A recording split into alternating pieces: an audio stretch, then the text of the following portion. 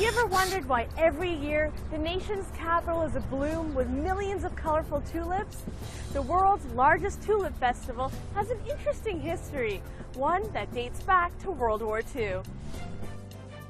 In May of 1940, the Dutch royal family fled to the United Kingdom after the Nazi invasion of the Netherlands.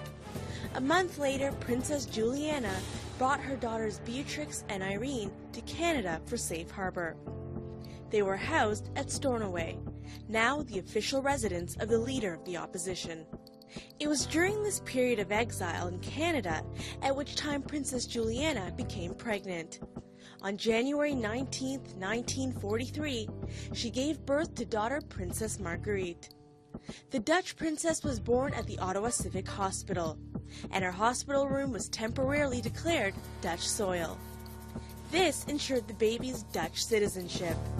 Princess Marguerite was the only royal ever to be born in North America. Her birth was a symbol of hope and resistance in the Netherlands.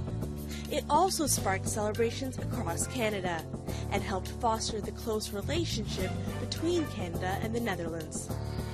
As news of her birth spread, the flag of the Netherlands was flown atop Parliament's Peace Tower, and Dutch music rang from the carillon. Abroad, Canadian troops were also helping the Dutch. In early 1945, the 1st and 2nd Canadian Corps carried out an operation to free western and northeastern Netherlands from Nazi occupation. Town by town, Canadian troops pushed the German army out of the Netherlands, freeing the Dutch and bringing the war closer to its end.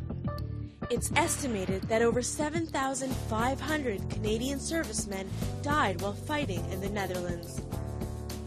After 5 years of living in exile in Canada, Princess Juliana returned to the Netherlands in the spring of 1945. Upon her return, the princess presented Ottawa with a gift of 100,000 tulip bulbs. This gift was given in recognition of the role of the Canadian troops in the liberation of the Netherlands during World War II, and as a show of gratitude for her stay in Canada.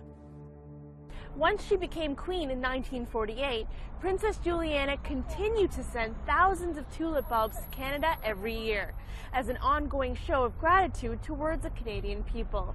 And year after year, the arrival of the tulip bulbs began to spark the curiosity and interest of Canadians across the country.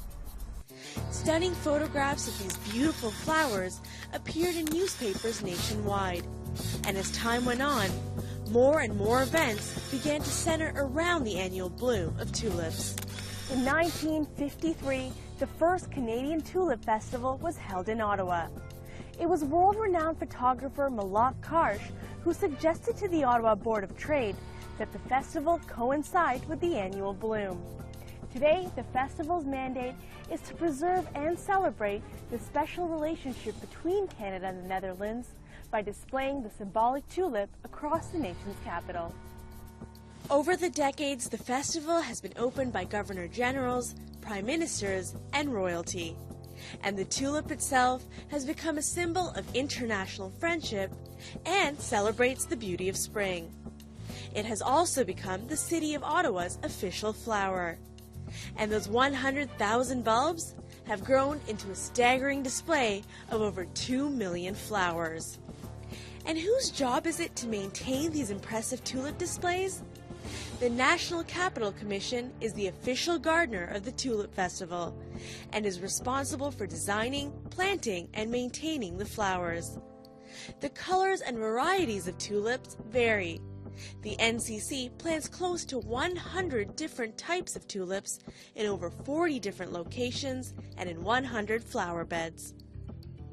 And every year, 3,000 bulbs are given to the Ottawa Civic Hospital, where Princess Marguerite was born. Over the years, the Canadian Tulip Festival has grown into the world's largest tulip festival and attracts hundreds of thousands of visitors every year. Canada still receives 20,000 bulbs annually from the Netherlands, and the festival and the tulip itself continue to serve as important symbols of the relationship that exists between the two countries. And now you know.